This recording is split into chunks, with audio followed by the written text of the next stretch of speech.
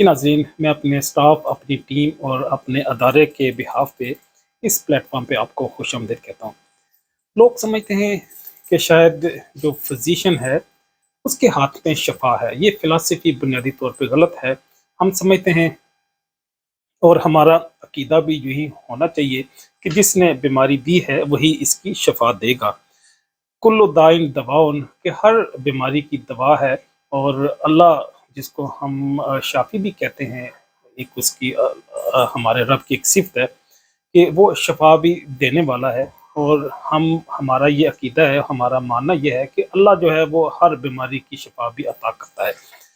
तो असल जो हथियार है, असल टूल जो है, असल जो मोर इफ़ेक्टिव इक्विपमेंट है, जो फ़िज़िशियन के हाथ में है, वो मेडिकेशन है, वो ड्रग है।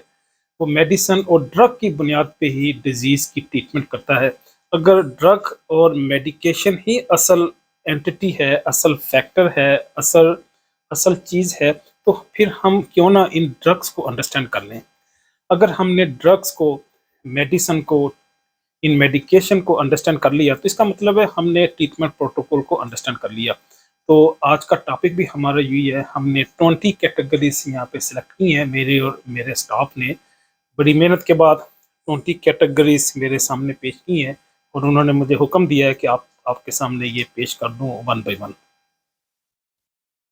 इसको बताने का बुनियादी मकसद, जिस तरह मैंने आपके सामने पेश किया, कि जो ट्रीटमेंट है वो फ़िज़िशियन के हाथ में नहीं है। ठीक है, वो डायग्नोसिस जो उसके पास आई है, फाइंडिंग आई है, उससे अकॉर्डिंगली पेशेंट की सिम्पटम देखते हुए एक प्रेस्क्रिप्शन उसने लिख दी, लेकिन जो प्रेस्क्रिप्शन जो लिखी गई है, उसमें जो मेडिकेशन है, एक्चुअल वो चीज़ है जो मेडिकेशन है।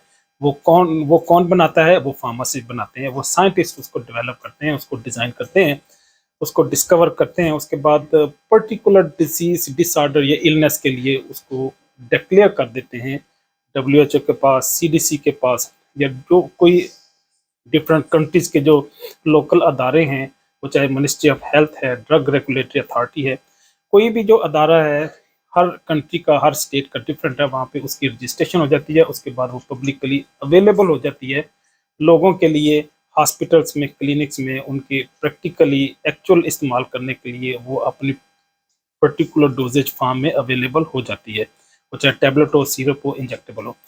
तो सबसे बड़ी क्लास जो इस्तेमाल होती है पूरी दुनिया में, वो एंटीबायोटिक्स हैं। एंटीबायोटिक जब मैं बात करता हूँ, तो यूजुअली हम बैक्टीरियल इन्फेक्शन के लिए यूज़ करते हैं, वो चाहे स्टेफिलोकोकस हो, स्ट्रेप्टोकोकस हो, चाहे वो एरोबिक हो, एनारोबिक हो, इंट्रासेलुलर हो, एक्स्ट्रासेलुलर हो, वो चाहे गोनोरिया हो, चाहे नेसीरिया हो, चाहे चाहे वो ट्यूबरकुलोसिस हो, माइकोप्लाज्मा हो, ये सारे एक रेंज है इनकी बैक्टीरिया की, जो अगरचे और भी एक पूरी रेंज अवेलेबल है जो फिशरीज में, वेटनरीज में और बर्ड्स में चैलेंज प्रोड्यूस करते हैं।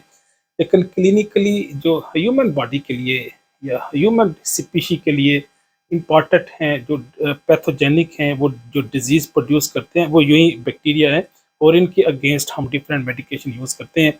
वो सल्फर ड्रग हो सकती है, वो टेट्रासाइक्लिन की ग्रुप की कोई ना कोई ड्रग दे देंगे, पेनिसिलिन ग्रुप की ड्रग हमारे पास अवेलेबल है, टेट्रासाइक्लिन की पूरी एक रेंज है, क्विनोलोन की ब्रॉड स्पेक्ट्रम एंटीबायोटिक हमारे पास अवेलेबल है। दूसरा जो चैलेंज है, ये दूसरा ग्रुप जो है मेडिकेशन का, वो एंटीवायरल्स हैं। वायरस की ट्रीटमेंट या वायरल इन्फेक्शन की ट्रीटमेंट हमारे लिए ज़रा डिफ़िकल्ट होती है। ये क्योंकि इंट्रासेल अकोमुलेट करते हैं और बॉडी के सेल को ये कंट्रोल कर लेते हैं और डीएनए का पार्ट बन जाते हैं। लेकिन फिर भी किसी न किसी लेवल पे हम वायरल इन्फेक्शन को भी कंट्रोल कर लेते हैं। जिस तरह हेपेटाइटिस के लिए हमारे पास अल्फा इंटरफेरॉन है, हमारे पास सवाल्डी है। इसी तरह एड्स को भी हम एक सर्टेन इनिशियल लेवल पे कंट्रोल कर लेते हैं। इसकी और भी मेडिकेशन हमारे पास अब अवेलेबल हैं, जिस तरह मेंटाडीन है, जिनेमाविर है। एंटी फंगल ड्रग्स की एक पूरी रेंज है, ये तीसरी कैटेगरी है। एग्जांपल दूंगा ओरल थ्रश की, जो अ, म- अ, म- म- हमारे माउथ में कैंडिडियोसिस प्रोड्यूस करते हैं। तो इसके लिए कैंडिडा एल्बिकेन उस फंगस का नाम है जो कैंडिडियोसिस या ओरल थ्रश प्रोड्यूस करते हैं। निस्टाटीन इसकी फर्स्ट लाइन थेरेपी है और नीलस्टेट के नाम से मार्केट में अवेलेबल है और ये पेशेंट को हम सजेस्ट करते हैं। इसके साथ हमारे पास अज़ोल की जिस तरह कीटोकेनाज़ोल है, इस तरह अज़ोल की और भी ड्रग हमारे पास अवेलेबल है जो फंगल इन्फेक्शन के लिए हम पेशेंट को सजेस्ट करते हैं, वो चाहे सिस्टेमिक है चाहे स्किन की डर्मल माइकोसिस हो। जो चौथी बड़ी कैटेगरी है वो ब्लड ब्लड प्रेशर है, हाइपरटेंशन है। हाइपरटेंशन की ट्रीटमेंट के लिए हम बीटा ब्लॉकर पेशेंट को सजेस्ट कर सकते हैं। हम पेशेंट को डायूरेटिक्स सजेस्ट कर सकते हैं। हम ACE inhibitor, angiotensin converting enzyme inhibitors patient को सजेस्ट करते हैं, जिससे ब्लड वॉल्यूम हम रिड्यूस करते हैं और पेशेंट के ओवरऑल ब्लड प्रेशर को कंट्रोल कर लेते हैं। जो पांचवी बड़ी क्लास है वो एंटी एलर्जिक है। एंटी एंटी हिस्टामिनिक ड्रग्स हैं जो हम एलर्जी के लिए यूज़ करते हैं, ट्रिपल रिस्पांस के लिए, रेडनेस के लिए, स्वेलिंग के लिए हम यूज़ करते हैं। एलर्जी के लिए कोई ना कोई एलर्जन होना चाहिए। एलर्जन पेशेंट की बॉडी के अंदर हिस्टामिन की प्रोडक्शन को इन्हेंस कर देता है। तो हिस्टामिन एक्चुअली एक एलर्जिक मीडिएटर या मॉड्यूलेटर है, एक एलर्जिक मटेरियल है जो हमारी बॉडी में एलर्जी प्रोड्यूस करता है। उसकी सिंथेसिस को ही बॉडी के अंदर इनहिबिट कर देते हैं।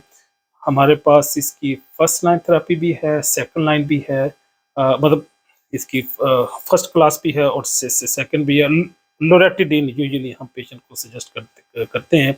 सिट्रीजिन देते हैं।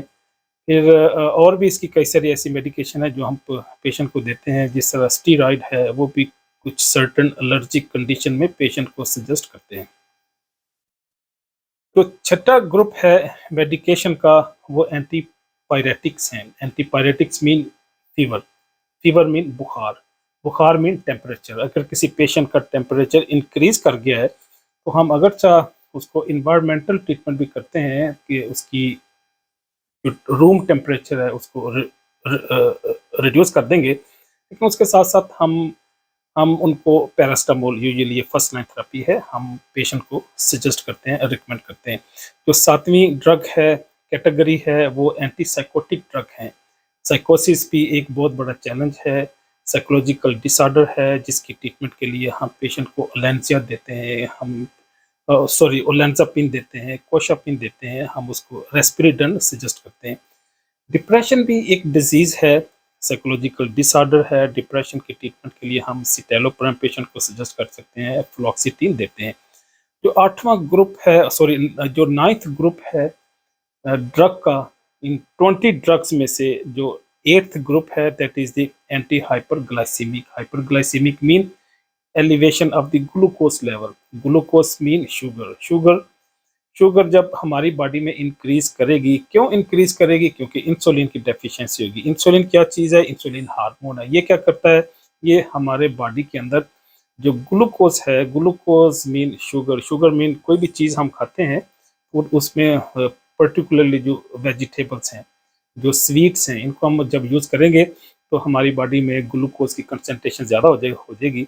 जब प्लाज्मा में, ब्लड में ग्लूकोज की कंसनट्रेशन इंक्रीज करेगी तो इंसुलिन प्रोड्यूस होगी। वो इसी शुगर को सेल के अंदर इन्फ्लेक्शन उसकी कर देगी, उसकी एंट्री को इन्हेंस कर देगी। जब ग्लूकोज सेल के अंदर जाएगी उसकी ब्रेकडाउन हो जाएगी, मेटाबॉलिज्म होगा, एनर्जी प्रोड्यूस होगी और ग्लूकोज वाटर और कार्बन डाइऑक्साइड में कन्वर्ट होकर हमारी बॉडी से निकल जाएगी। अगर इसकी कंसंट्रेशन इंक्रीज कर दे तो हम पेशेंट को इंसुलिन भी सजेस्ट कर सकते हैं। इसके साथ साथ ओरल फॉर्म में भी हमारे पास अवेलेबल हैं ड्रग्स जो पेशेंट को एंटी हाइपरग्लाइसीमिया में सजेस्ट करते हैं, जिस तरह सल्फोनाइल यूरिया है, हमारे पास मेटफॉर्मन है। जो 10th कैटेगरी है एंटी हाइपर ट्राइग्लाइसराइड्स ड्रग्स हैं।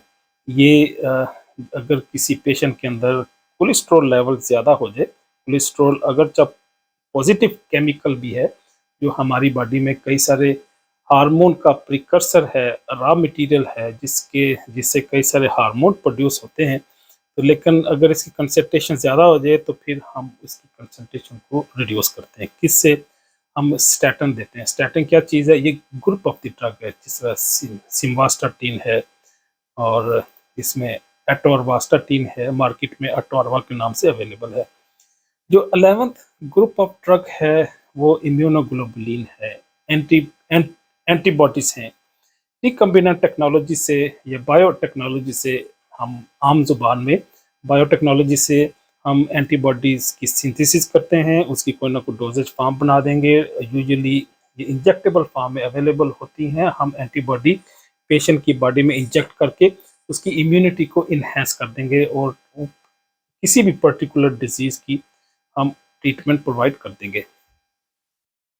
जो 12th group of the drug है वो एंटी पैरासिटिक ड्रग्स हैं। एंटी पैरासिटिक मीन कोई ना कोई पैरासाइट्स है जो बॉडी के अंदर आ गया जिसको हमने किल करना है। सबसे मरूफ एग्जांपल इसकी प्लाज्मोडियम है। प्लाज्मोडियम मलेरिया का जो पैरासाइट है जो हमारी बॉडी में सेल की ब्रेक डाउन करता है और इन्फेक्शन प्रोड्यूस करता है, इन्फेस्टेशन प्रोड्यूस करता है। इसकी ट्रीटमेंट के लिए यूजुअली हम क्विनीन देते हैं, क्लोरोक्विन हो सकती है। आजकल मार्केट में जो फर्स्ट लाइन थेरेपी है वो आर्टिमिसनिन है। आर्टिमिसनिन ड्रग हम पेशेंट को देते हैं, ये फर्स्ट लाइन थेरेपी है, एंटी मलेरियल है। जो 13th बड़ी कैटेगरी है बहुत अहम है एंटी कैंसर ड्रग्स की, एंटी न्यूप्लास्टिक ड्रग्स की। केमोथेरेपी में हम यूज़ कराते हैं पेशेंट को। जिस तरह सबसे मरूफ ड्रग है डॉक्सोरूबिसिन है, सिस्प्लेटिन है और ऐसी कई सारी ड्रग्स हैं जो हम डिफरेंट कैंसरस पेशेंट्स में यूज़ करते हैं इस कैंसर की ट्रीटमेंट के लिए। जो 14th बड़ी क्लास है एंटीवीनम है, ये एंटीडोट है। अगर किसी पेशेंट की बॉडी में टॉक्सिन आ गया है, कोई पॉइजनस मटेरियल आ गया है, स्नेक बाइटिंग की वजह से कोई वीनम आ गया है, जहर आ गया है, तो उसके लिए हम एंटीडोट पेशेंट को देते हैं और हम उस टॉक्सिन को बॉडी के अंदर रिमूव कर देते हैं। एंटी सीरम भी हमारे पास अवेलेबल है। फिर पॉलीवेलेंट केमिकल्स हम पेशेंट को देते हैं कि जो इस टॉक्सिन का एक कम्प्लेक्स प्रोड्यूस कर देते हैं। वो कम्प्लेक्स प्रोड्यूस करके उस टॉक्सिन की या उस पॉइजनस मटेरियल की टॉक्सिसिटी को रिड्यूस कर देते हैं। जो 15th बड़ी क्लास है ड्रग की एंटी कन्वर्सन ड्रग्स हैं। कन्वर्सन क्या है? That is the stretching of the skeletal muscle. Conversion की वजह से अकड़ाव आ जाता है, जिसको पंजाबी में अकड़ाव कहते हैं। बॉडी अकड़ जाती है, कन्वर्सन हो जाती है। तो ऐसी कंडीशन में हम एंटी कन्वर्सन ड्रग्स पेशेंट को देंगे। वो कौन सी हैं? वो बेंजोडाज़ेपिन ग्रुप की कोई ना कोई ड्रग दे देंगे या पेशेंट को हम कार्बामेज़ेपिन देते हैं। 16th बड़ी क्लास एंटी एंथलमेंटिक ड्रग्स हैं। जो एंथर्म्स, वो बच्चों में बड़ों में समटाइम जो पेट के कीड़े आ जाते हैं उनको किल करने के लिए हम एंटी एंथलमेंटिक ड्रग्स देते हैं। मरूफ एग्जांपल इसकी पिपराजीन है। इसकी एक और बड़ी मरूफ ड्रग मेबेंडाजोल हम देते हैं। एक ही ट्रीटमेंट में हम एंथर्म्स को बॉडी के अंदर जीआईटी में किल कर देते हैं। जो 16th अगली क्लास है वो हार्मोन्स और एंटी हार्मोन्स हैं। कुछ हार्मोन्स हैं जिनकी बॉडी में अगर कंसंट्रेशन कम है या उसकी कंसंट्रेशन ज़्यादा हो गई है तो हम उनकी कंसंट्रेशन को रिड्यूस करने के लिए एंटी हार्मोन दे देंगे, या लो कंसंट्रेशन की शक्ल में हम वो हार्मोन पेशेंट को ओरली भी दे सकते हैं, इंजेक्टेबल फॉर्म में भी दे सकते हैं। ग्रोथ हार्मोन है, फिर इसमें ऑक्सीटोसिन है, फिर इसमें और कई सारे हमारी बॉडी में जो हार्मोन यूज़ होते हैं वो चाहे हमारे पिट्यूटरी ग्लैंड से एक्सक्रीट होते हो या थायराइड ग्लैंड से एक्सक्रीट होते हो, उनकी कंसंट्रेशन को हम रैशनलाइज करने के लिए हार्मोन या एंटी हार्मोन पेशेंट को सजेस्ट करते हैं। जो 18th क्लास है डायूरेटिक्स हैं। डायूरेटिक हमारी बॉडी में मिक्चुरेशन को, यूरिनेशन को रेगुलेट करते हैं। अगर किसी पेशेंट को हाइपरटेंशन फर्ज करें हो गया, ब्लड प्रेशर इंक्रीज कर गया, तो हम उसके ब्लड वॉल्यूम को ही रिड्यूस कर देते हैं। ब्लड की फिल्ट्रेशन को इन्हेंस कर देंगे। हम उसको डायूरेटिक देंगे, वो चाहे थायाजाइड हो, चाहे पोटेशियम स्पेयरिंग डायूरेटिक्स हो, चाहे लूप डायूरेटिक्स हो, तो उसकी मिक्चुरेशन को इन्हेंस करते हुए हम ब्लड प्रेशर को रिड्यूस कर देंगे। 19th क्लास जो है वो पेन किलर है, बड़ी पॉपुलर है, ओटीसी ड्रग है, over the counter. Pharmacy medical store में जाएंगे, आपको नॉन प्रेस्क्रिप्शन ड्रग है वैसे ही मिल जाएगी, बल्कि फार्मेसी के बाहर ही आप उसको परचेज कर सकते हैं। नेप्रोक्सन इसकी मिसाल है। फिर आइबुप्रोफन इसकी एग्जांपल है, मार्केट में अवेलेबल है। 20th क्लास जो है वो स्टिमुलेंट्स है, जो हमारे सीएनएस को स्टिमुलेट करते हैं। सीएनएस को स्टिमुलेट मीन अगर किसी में डिप्रेशन हो, उसको अगर गनूदगी आ रही है या चलते फिरते ही उसको डिप्रेशन हो रही है, अगर उसको गनूदगी आ रही है तो उसकी स्लीपिंग को रिड्यूस करने के लिए हम स्टिमुलेंट पेशेंट को सजेस्ट करते हैं। इसकी मिसाल हमारे पास जो एग्जांपल है दैट इज एम्फेटामिन है, कोकेन है। वो लो कंसंट्रेशन में, लो डोज में हम पेशेंट को रिकमेंड करते हैं कि वो इसको यूज़ करे।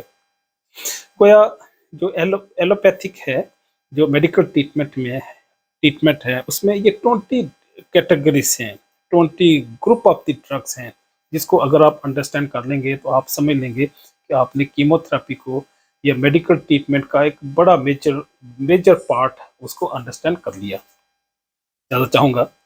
अल्लाह हाफिज़।